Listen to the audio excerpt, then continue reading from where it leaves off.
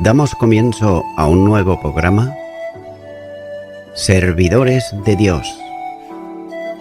Quien te habla es Manuel Cornejo.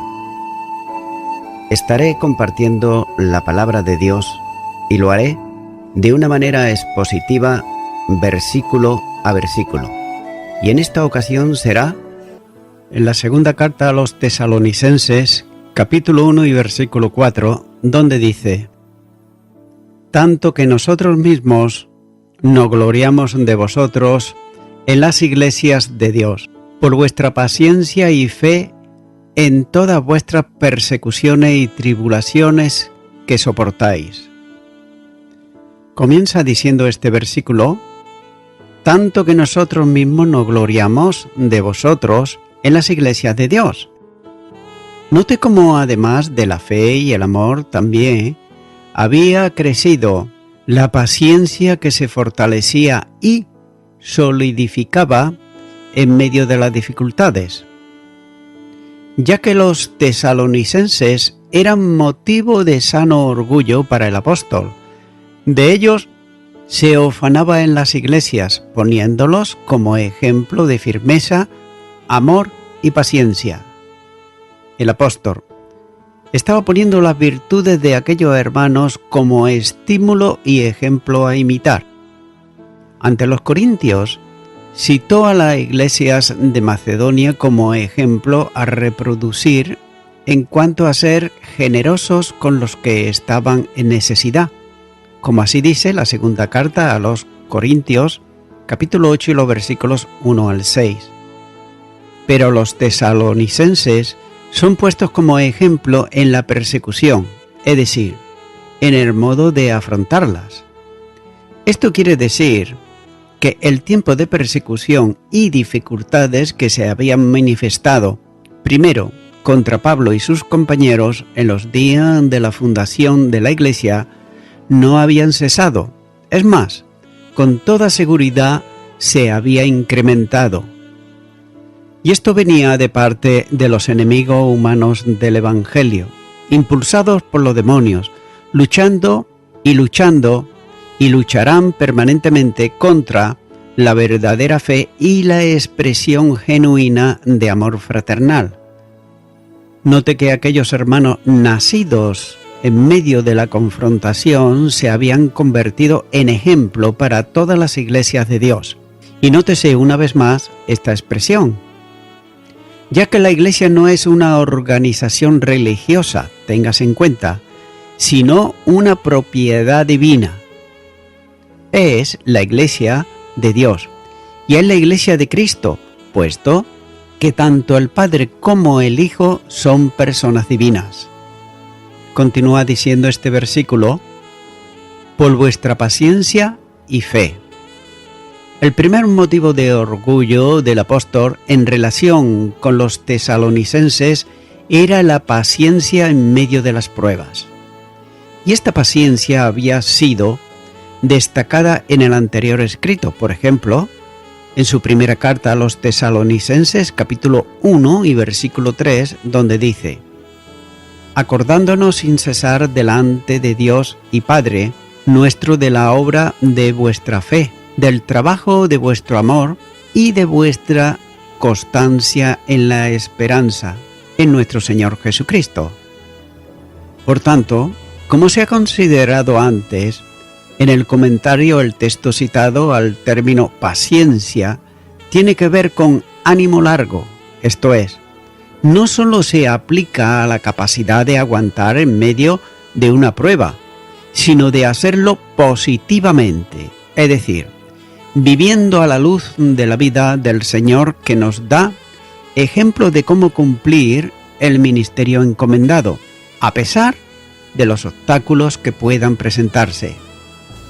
Ya que no se trata de detenerse ante la persecución y esconderse hasta que la prueba pase, sino en seguir caminando con paciencia, puestos los ojos en Jesús.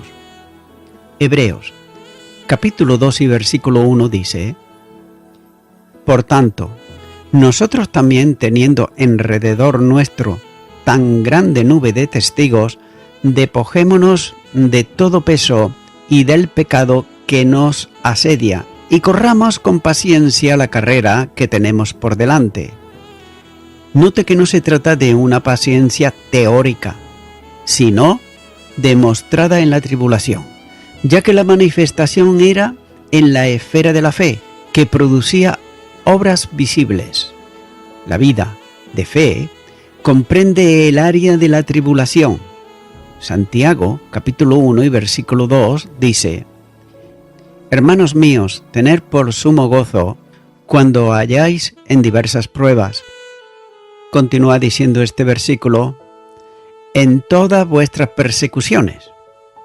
Los creyentes estaban enfrentando las dificultades contra ellos y el testimonio bajo dos formas. La primera de ellas se define como persecuciones, que es un aspecto concreto de las tribulaciones, ya que el término en griego no tiene otro sentido, y la persecución debe de entenderse como la acción de los enemigos del cristiano, y por tanto, contra Cristo mismo, en contra de la fe y del testimonio, ya que el perseguido es llamado bienaventurado, como así dice el Evangelio de Mateo, capítulo 5 y versículo 11. La persecución no es justa, sino injusta. No es por causa de maldades cometidas por los creyentes, sino por su justicia. Y sufre persecución injustamente, padeciendo por causa de su santidad y testimonio delante del Señor.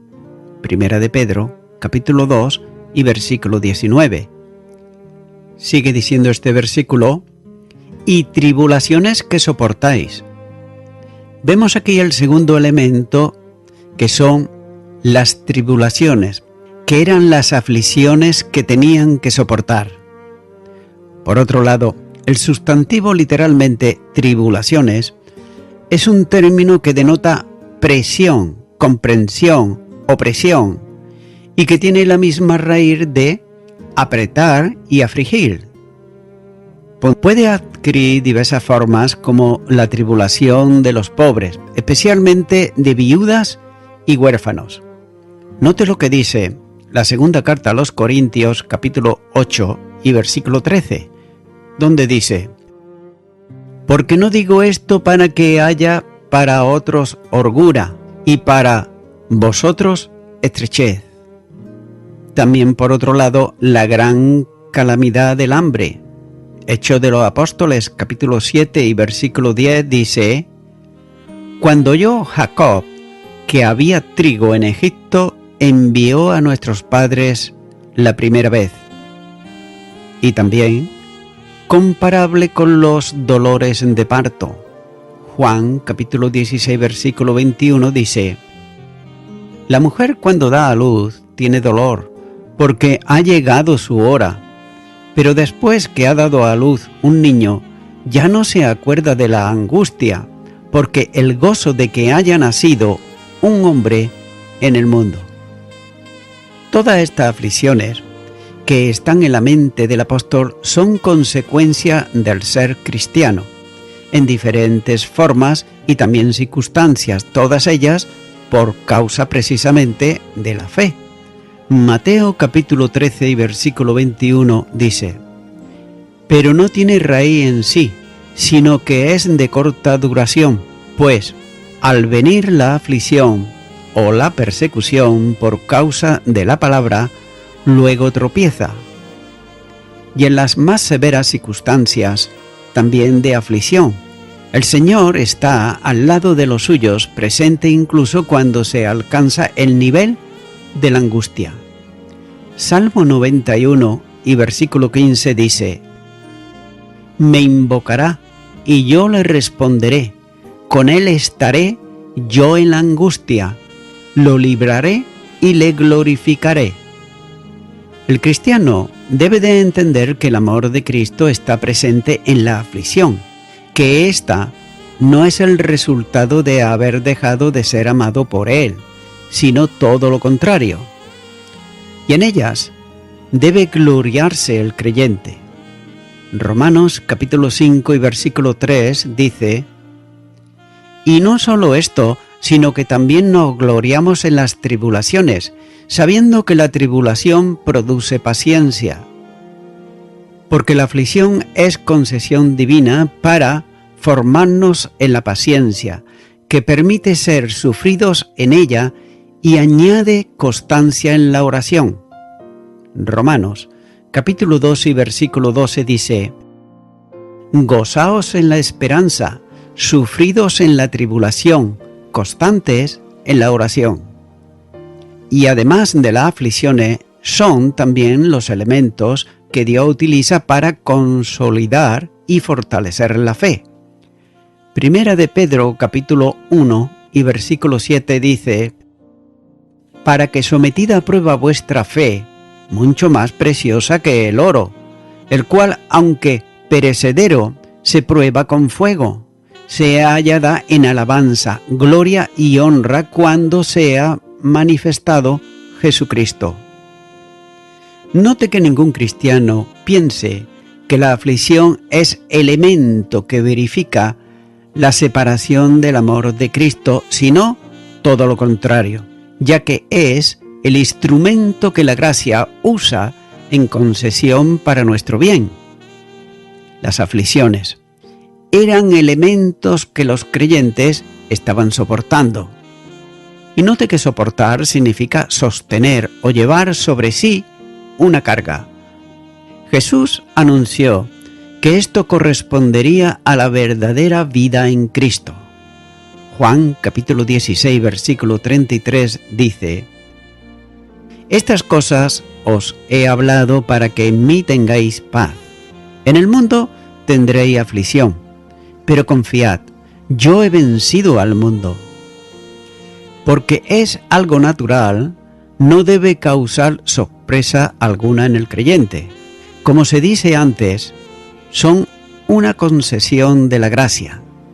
Filipenses, capítulo 1 y versículo 29 dice: Porque a vosotros os es concedido a causa de Cristo, no solo que creáis en Él, sino también que padezcáis por Él.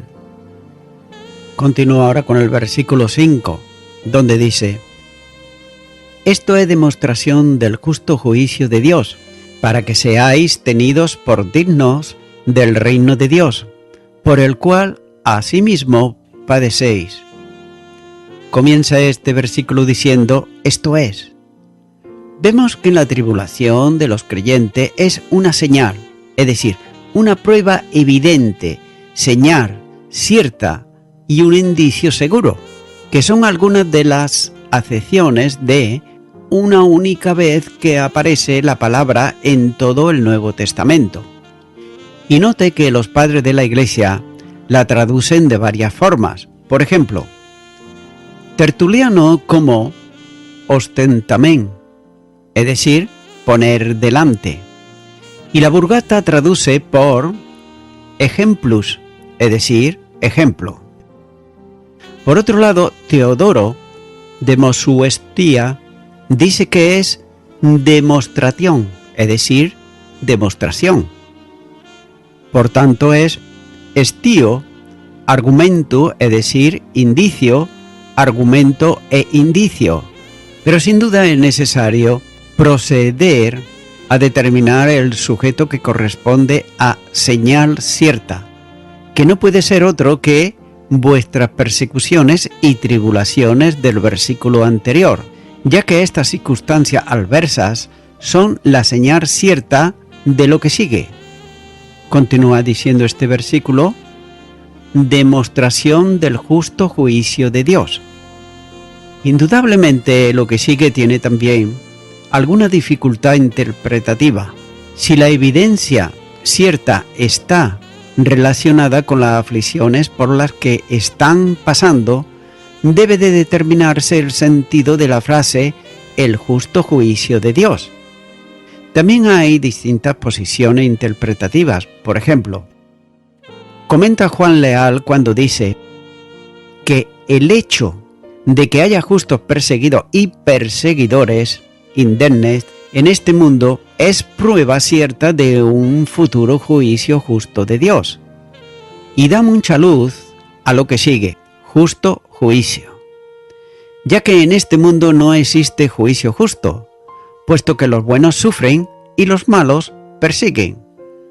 Este hecho que viven los tesalonicenses les prueba con certeza que el juicio justo de Dios vendrá. Note que justo juicio de Dios, en la acción renumeradora de Dios a favor de los buenos y en contra de los malos, pública y solemne en el día de la revelación gloriosa de Jesús, como así señala el versículo 7. Y hasta aquí el comentario de Juan Leal. Y por otro lado, Morris comenta y dice: es la parte del justo juicio de Dios usar las tribulaciones para llevar a su pueblo a la perfección. Fin de la cita. Así pues, ambas posiciones concuerdan con el texto bíblico, sin embargo es más segura la primera, puesto que en el siguiente versículo abunda en la acción divina contra los perseguidores de los creyentes, por lo que se abre un hilo conductor en este párrafo. Y los creyentes deben ser pacientes en las tribulaciones, porque Dios actuará en su momento con un juicio justo en contra quienes producen estas aflicciones y lo hacen sin ninguna causa. Sigue diciendo este versículo: para que seáis tenidos por dignos del reino de Dios. No hay duda tampoco de que Dios lleva a la perfección a los suyos mediante la prueba.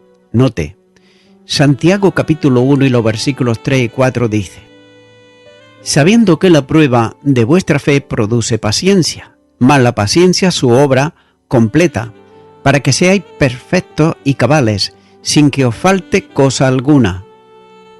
El creyente no alcanza el reino por las tribulaciones, pero manifiesta la realidad de estar en él porque es atribulado. Así pues, Dios dará recompensa a los suyos que son ahora perseguidos y además atribulados, porque Él es justo, y la vida en el reino lleva aparejada también la persecución en el mundo. Pero no durará mucho tiempo las tribulaciones, tan solo el necesario para alcanzar el propósito divino. La primera carta de Pedro, capítulo 1 y los versículos 6 y 7 dice: en lo cual vosotros os alegráis, aunque ahora por un poco de tiempo, si es necesario tengáis que ser afligidos en diversas pruebas, para que sometida a prueba vuestra fe, mucho más preciosa que el oro, el cual, aunque perecedero, se prueba con fuego, sea hallada en alabanza, gloria y honra cuando sea manifestado Jesucristo. También el mismo Señor Jesús dijo: bienaventurados los que padecen persecución por causa de la justicia, porque de ellos es el reino de los cielos. Mateo capítulo 5 y versículo 10. Y note que el cristiano no es distinto al mundo, sino contrario, por principio de vida, ya que son dos modos de existencia opuestos el uno al otro, tan diferentes como la luz y las tinieblas, o el bien y el mal, la bondad y la perversidad, el amor y el odio. Y de ahí el conflicto, porque si fuerais del mundo, el mundo amaría lo suyo, pero porque no sois del mundo, antes yo elegí del mundo, por eso el mundo os aborrece. Juan capítulo 15 y versículo 19. El Señor advirtió a los suyos del rechazo y también aborrecimiento de que serían objeto por parte de las gentes y del sistema de este mundo, ya que el espíritu del mundo es de tal aborrecimiento en contra de los hijos de Dios que su odio les lleva incluso a darles muerte. La conclusión no puede ser otra. Hermanos míos, no os extrañéis si el mundo os aborrece. Primera de Juan, capítulo 3 y versículo 13. La identificación con Cristo producirá también el rechazo y la persecución, como el Señor anunció a los suyos. En Juan capítulo 15, versículo 20, donde dice: «Acordaos de la palabra que yo he dicho, el siervo no es mayor que su Señor. Si a mí me han perseguido, también a vosotros os perseguirán. Si han guardado mi palabra, también guardarán la vuestra». La evidencia de que son del reino se manifiestan por medio de la persecución del que son objeto, ya que ninguno de los súbditos del mundo es perseguido por vivir como el mundo, solo los hijos de Dios, que no son del mundo, y además padecen persecución por causa de la justicia. El Señor, que anduvo haciendo bienes, como dice Hechos de los Apóstoles capítulo 10, versículo 38, como Dios ungió con el Espíritu Santo y con poder a Jesús de Nazaret, y como éste anduvo haciendo bienes y sanando a todos los oprimidos por el diablo, porque Dios estaba con él. Note que fue perseguido hasta la muerte, y el ejemplo del apóstol es también elocuente para los lectores de este versículo. El resumen de Hebreos hace comprensible esta verdad ante la persecución que es contraria a toda justicia, cuando hablando de creyentes comprometidos con la vida de fe.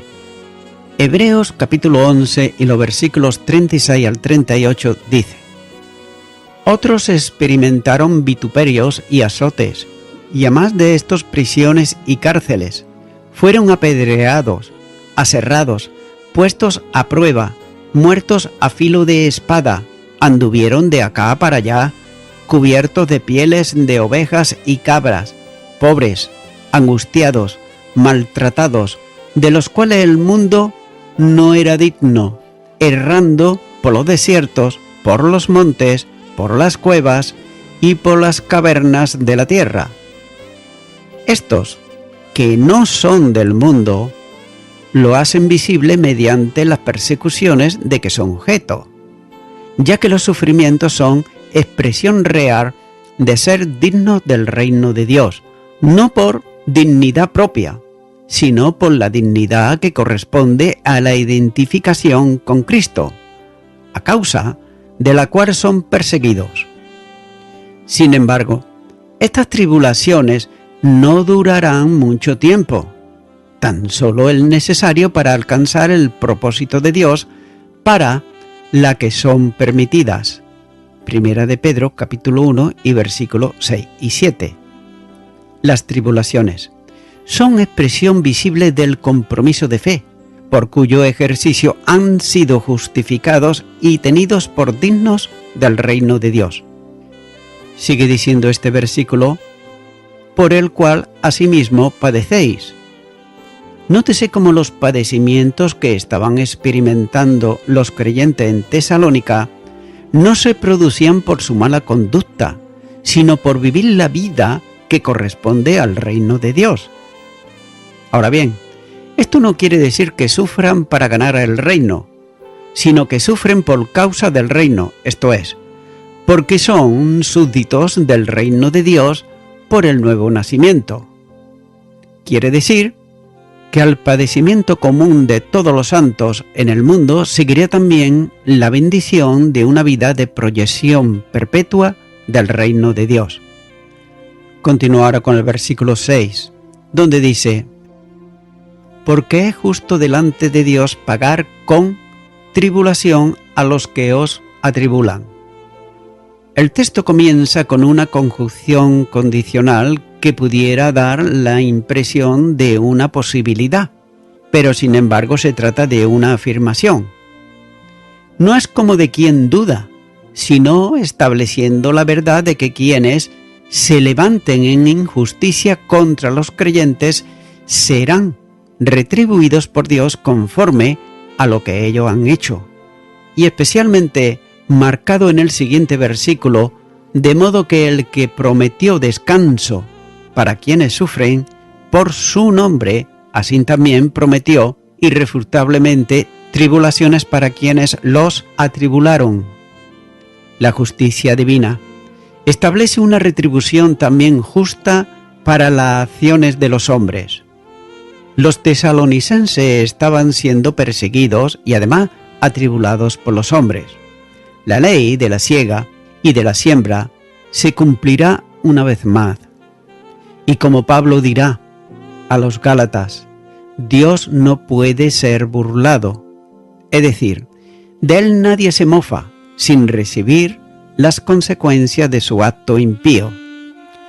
Su gracia y misericordia no evitan el justo castigo contra las acciones perversas de los hombres, ya que las acciones de los hombres producen consecuencias no solo temporales, sino también perpetuas.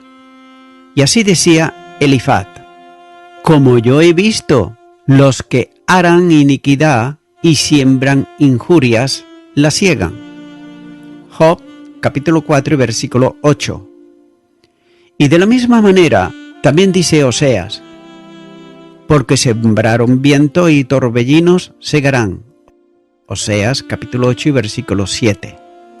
También Salomón enseña la misma verdad: el que sembrare iniquidad, iniquidad segará. Proverbios, capítulo 22 y versículo 8. El desprecio en contra del pueblo de Dios, la persecución sin razón contra los suyos, se volverá contra el hombre mismo, de modo que recogerá aquello que ha sembrado. Note que Dios no coacciona al hombre, ya que lo deja en libertad para que escoja el terreno y siembre en él lo que le parezca mejor, pero, sin embargo, debe de saber que recogerá lo que ha sembrado, es decir, lo que quiso recoger. Y voy concluyendo con esto. Dice el versículo 5, para que seáis tenidos por dignos del reino de Dios. El reino de Dios en realidad está presente en el ministerio de Jesús, predicando un nuevo modelo de vida, afirmado en Cristo céntricamente y relacionado con un rey que funciona como padre. Mateo capítulo 6 versículo 10 dice: venga tu reino, hágase tu voluntad como en el cielo, así también en la tierra.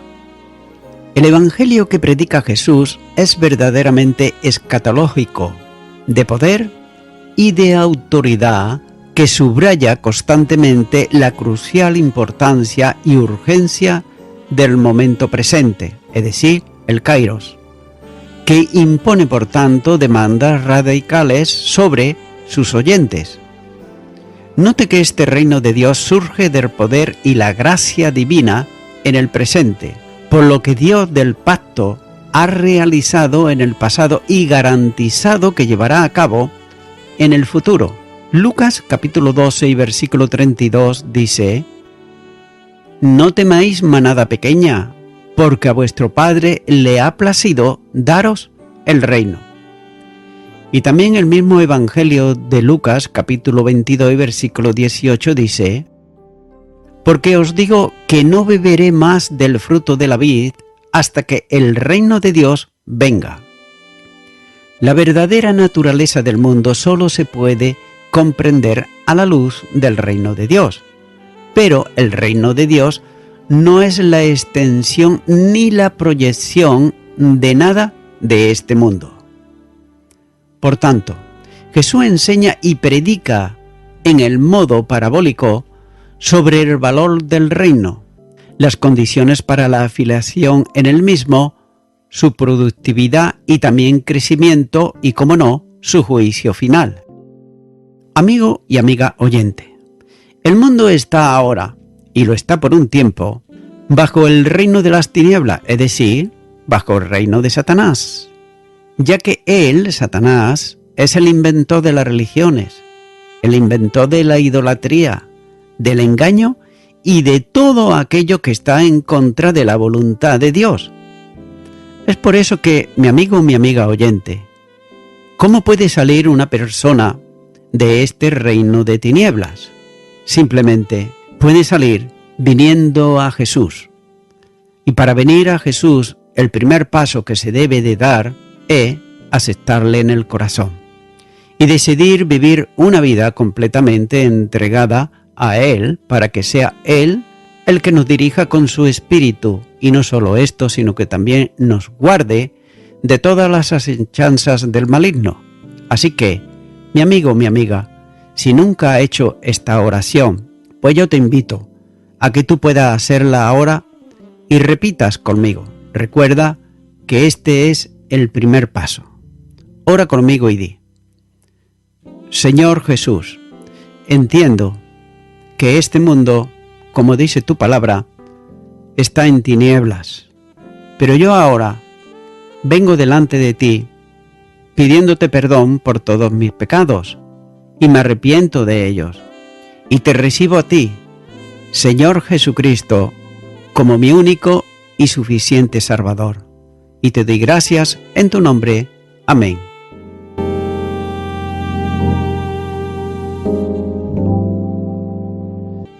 Amigo y amiga oyente, si tú has hecho esta oración de corazón, te recomiendo que comiences a orar a Dios, en primer lugar, en el nombre del Señor Jesucristo. Orar a Dios no es rezar, sino que es hablar con una persona. También te recomiendo que leas la palabra de Dios y lo hagas a diario. Comienza, por ejemplo, con el Nuevo Testamento. Y también, por último, te recomiendo que para que puedas crecer espiritualmente, te congregues en una iglesia cristiano-evangélica, donde se predique, se enseñe y se practique la sana doctrina y la palabra de Dios. Congrégate ahí y con el tiempo podrás crecer espiritualmente y también servir al Señor Jesucristo. Que Dios te bendiga. Y a toda la audiencia, nuevamente ya me estoy despidiendo de todos ustedes y será hasta el próximo programa. Que Dios os bendiga a todos.